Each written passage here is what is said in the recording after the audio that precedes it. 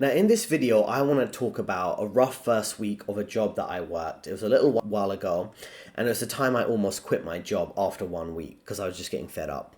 Now, just to give a bit of background to myself, if you are new to the channel, I've worked in finance for over a decade, investment banking, sales and trading roles, Goldman's, Morgan Stanley, and other companies. And for this company, which I won't name, at this point when I started this new job, I had some experience and I was already used to things. I was used to the fact that if I start a new job, the training might not be great, but I had enough experience to kind of figure it out myself or ask around. I understand how office politics works. I was going to be working with kind of senior C-suite level executives, and I was kind of used to everything. So I wasn't going to the job naive. I wasn't, kind of a naive graduate at the time that would think, oh, corporate jobs are great or super perfect. I was ready for the BS that would come with it, right? So I just want to set the scene there. It wasn't like I was super naive. And in this example, what I'm going to go through is how most of society and normies, they don't realize what it's like to be at work for most men and the type of social dynamics that can make it quite difficult. And in this first clip, we're going to watch Coach Greg Adams, who has a concept of free agent lifestyle. He does a show several times a week where he talks about different gender dynamics and culture and things like that, provides some social commentary. He's going to really drill down to the core message of this video, which is kind of the power that a lot of women, or specifically a lot of white women, have in social dynamics in the West, particularly in the office, right? So let's listen to a bit of what he has to say here. Heavy is the head that wears the crown. All right, the world in America is centered around the white woman. The white woman still rules the roost. All right, they still call the shots. And they will put on a motherfucking pencil skirt, blouse, their blazer, and they'll pin their hair up. They'll take their hair and they'll pin it back into two little things, and it'll come down in a ponytail, and they'll look all docile. Cooked. Cardigan sweater, cooked. You about to get filet mignon, ninja. Do not take these white women lightly, bro. And the whole world bows down to the white woman. I'm sorry. The whole America bow down to the white woman. She runs it. All right. Ninjas want to be denying it. They bow down to her. She start crying, cooked. Play the victim, cooked. This woman got a train ran on her, whole white girl in the UK. And it was like, poor thing. Yep. They always, fairy tales are always them. They just dilly dally and run into trouble. Big ass motherfucking big bad wolf with gnarling teeth with meat in it. And the white girl in pigtails. What big teeth you have? All right, so be careful with it. The entry into white women is fantastic. They're gonna treat you well. They're gonna ingratiate you and integrate you into their life. They'll be very nice, passive, and all of that, and it's going to be great for a long time. They play the long game. They're pretty good. But if you so much as do something she doesn't want you to do, all right, and she changes her face to, it's over for you. It's a wrap. All right, they're going to start pulling your file, and they're going to start building their case block by block. They tend to be progressive, but when they're setting you up, it's going to be a setup of the century, ninja. You ain't going to see it coming. And what'll happen is men, because they're typically passive, you'll think like, oh, I got it on her. She ain't never going to do nothing to me. She'll never do that shit to me. Because every time I see her, she get all fidgety and nervous. And she talks to you and her voice quivers and her hand shakes like this. You'll be like, she ain't going to do shit to me. And I'm going to take one. Up, they covert. They sneaky investigating. They will build a case, right? They get on their little computer. They start calling people, crying, cooked. So he's got a good starting point here, right, in terms of the cultural dynamics in Western society and the kind of power of white women in this dynamic. So if we start with my story, this is my first day at the job, and at the same time I'm starting, there is another employee starting. It's a female employee, and we're doing different roles in different teams, but we're kind of going through the onboarding together, getting our work laptops, speaking with HR, things like that. And so we spend a significant amount of time on the first day getting set up. And then one of the instances involved going to lunch with this employee and HR and another employee who's been at the company for some time. So I have two female employees, this new entitled Becky HR contact, which we'll come on to in a moment, and a male employee who works in sales. Now, I thought at that instance, I'm new to the company and I want to speak with someone who's kind of been at the company. So out of the four of us, I wanted to speak with a male employee who worked in sales because I wanted to learn a bit more about the technical aspect of the work he was doing, because it was kind of different from what I was doing in terms of working with the C-level executives in providing the relevant information. So I thought, let me understand what it's like on the ground, on the front line in a sales role, and see how that relates to what I do. But there was no time to discuss that because we were going like for this kind of small lunch between the four of us, and it all became about listening to her and the HR employee essentially completely being self-absorbed, right? So the first thing is, having to spend time with this type of entitled Becky.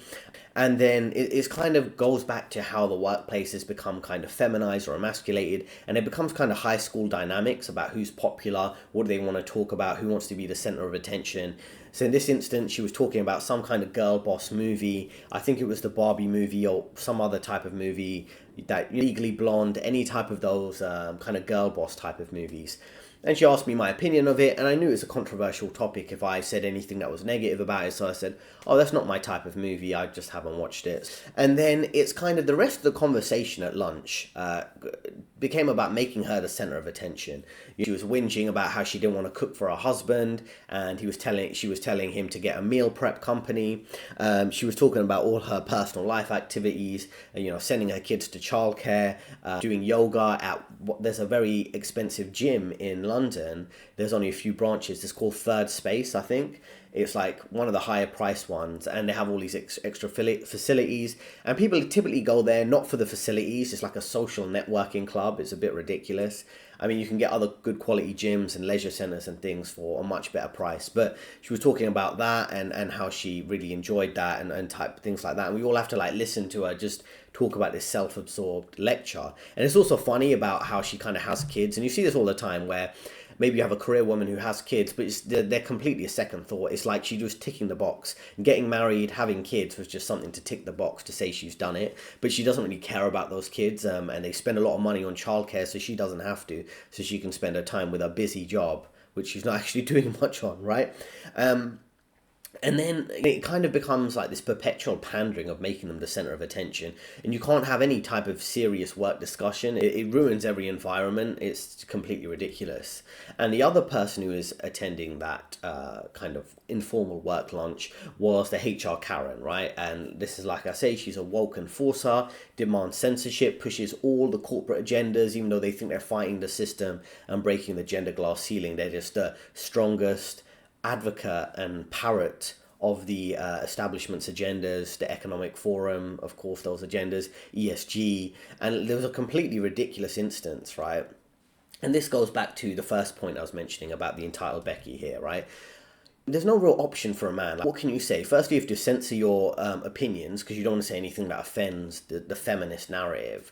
The only option is to pander or just to be quiet. And this is what I mean. These are little small things. I don't want to use the term microaggressions because that's like a leftist term, but there's like so many instances where you just have to watch what you say as a man because you don't want to come across as toxic or whatever, or misogynist, right? So we have to listen to this woman pander.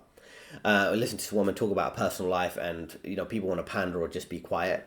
Then in this case, this is a completely ridiculous story. So she was telling us a story about how her husband was organizing a family trip, but her and her daughter, who's apparently so indoctrinated at high school against anything that harms the environment. So she didn't want to go on the family trip because it involved taking a flight, and apparently planes are bad for the environment and the climate. So there was a bit of a dispute within the family, and she understood her daughter's side because of the environment and ESG. And this is a level of brainwashing. Thank God I'm single. Thank God I'm sure many men out there are single. Imagine having to be a hardworking husband and you're organizing a family trip, and your daughter and your wife to a certain extent is pushing back against a family holiday because aeroplanes are bad for the the environment because of the fuel they use and things like that is completely ridiculous, right? And the thing is, again, it demands censorship from you as a man, because you can't even enforce common sense, or you'll be labeled a denier of the climate changing, things like that. It's so ridiculous. It becomes so ridiculous, right? And the thing is, there's no time to discuss anything productive, useful, work related. It's just perpetual pandering or censorship, right? So that was the first day. And I was like, okay, I had enough experience to realize you're dealing with these dumb normies and NPCs at work, but it was like, how much longer could I sustain that without kind of, reaching my breaking point and just saying I've had enough of these type of people. Now, I want to address next another instance on the first week, and there's a funny term out there. If you know Hotep Jesus, who's like a conservative commentator online, he came up with a term several years ago of more middle-aged white woman. So this demographic have a lot of power, and I just came up with this term, more mafia, the office mob, right? When it comes to power in the office, this demographic have a lot of power, and I've got an image of 4 women like this. This is actually the third person you can see here is the leader of Finland. I think she's recently resigned, but this is the type of power they have in the work environment. I'll give you an example. So after the first day, in the first week, I had to spend time with my direct line manager, who is one of these women in this demographic, and we spent 3 days or so working together. And it was her and the other global heads, so C-level executive, global head, and then some kind of like senior level employee. And we had to work together in one room for several hours in a day across 3 days. We had a informal team lunch again in a local pub. And again, it's not my setting, it's not my decision to go to the pub and things like that. I don't mind spending some time, and thankfully this was in the day. I don't want to be in the evening with co-workers who are drinking alcohol. It's not a good setting, particularly as a man. You could be accused of anything. But it just kind of goes to show how difficult the social dynamics can be as a man, and I'll give you some examples. Firstly, we had a co-worker, and she was from Ireland, and I don't know much about Ireland, but I know Conor McGregor, who's a UFC fighter, is from Ireland. And this was before the recent allegations in the last few months. I just mentioned, oh, you're from Ireland. Oh, yeah, no, I've heard of Conor McGregor. He's from Ireland. I'm just trying to create a conversation. And she completely flips out, right? She has this complete feminist outburst. Oh, he's toxic masculinity. He's bad for women. There's apparently some accusations at the time saying he had attacked some woman at some point. And it's kind of like, okay, so I can't bring that up because she's going to take it the wrong way. Then, because I mentioned UFC and martial arts, things like that, my direct line manager at the time said, oh, that's violence and that's kind of cage fighting and things like that. She just kind of saw it as a negative. So it's like, okay, I can't mention that.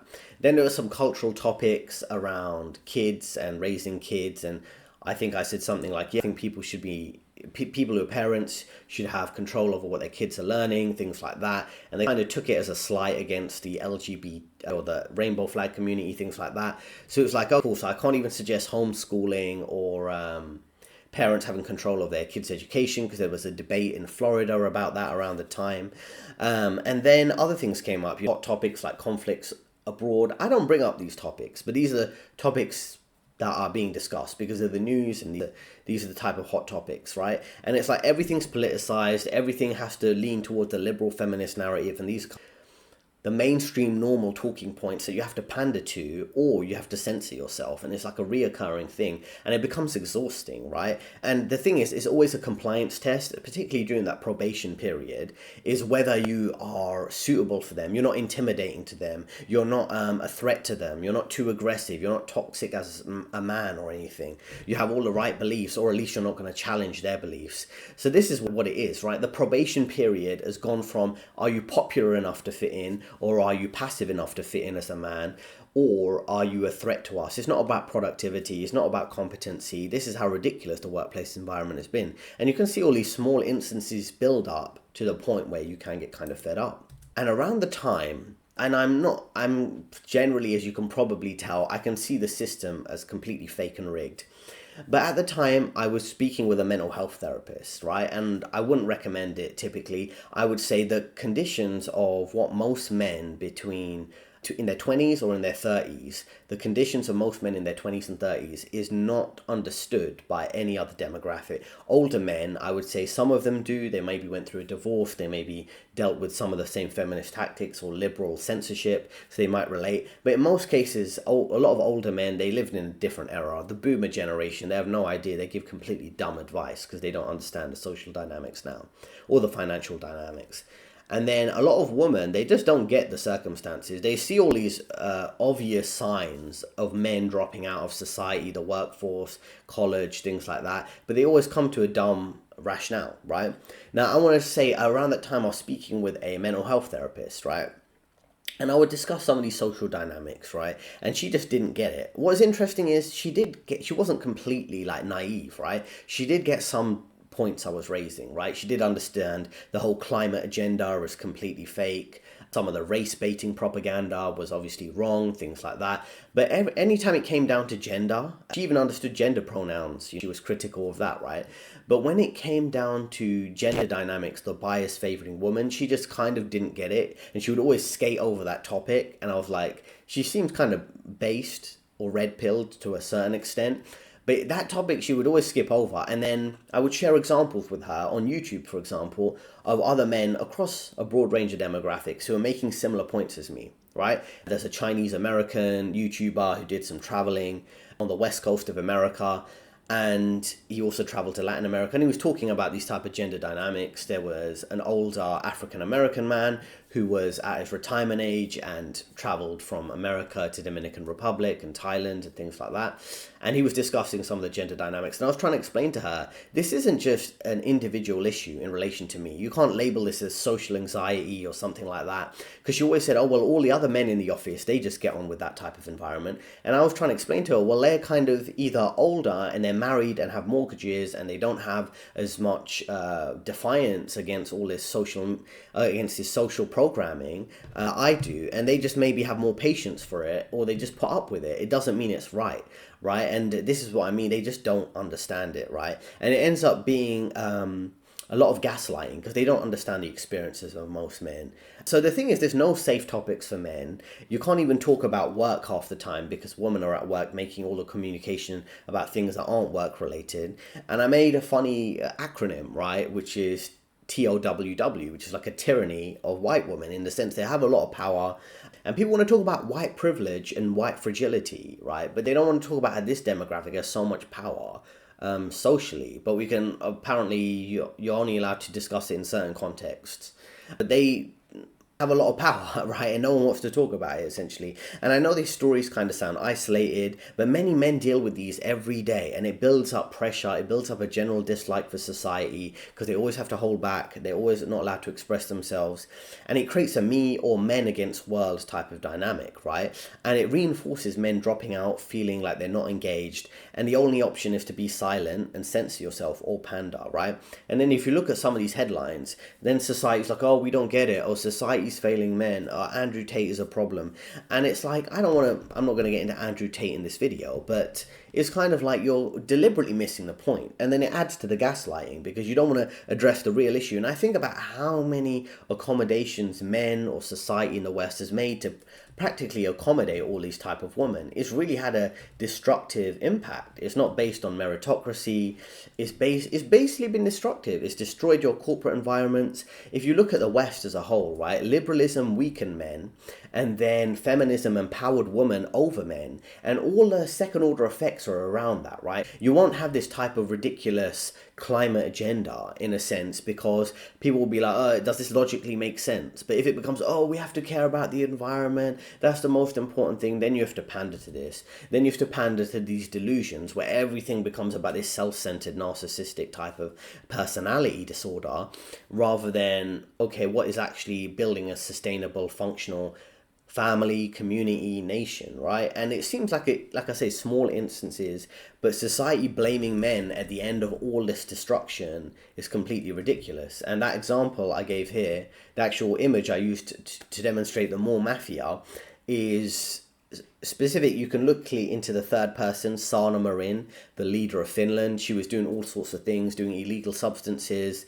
I think she might have links to corruption. You can look that up. She was allegedly cheating on her husband. I think they might have broken up. These are all the type of things you just have to look over just to survive in this society. So I hope you found that helpful. I hope you understand this was kind of a relatable story. I've spoken with many clients and things like that. They've had very similar experiences, and it kind of does grate on you over time. So if you're interested in genuine career advice, I've worked in the finance industry for over 10 years. I'll be happy to talk you through some of these difficult scenarios you probably have to deal with on a day-to-day basis and how to deal with them. Link in description if you want to speak with me directly. Let me know your personal stories. Have you ever had any rough first weeks? In the comments section, let me know. Anytime you almost quit your job because you had something that really triggered you, and why did you stay or did you decide to quit? And how do you deal with these type of HR Karens, the Beckys, the more mafia, and the anti-male bias in the workplace? Let me know in the comments, and I'll see you in the next video.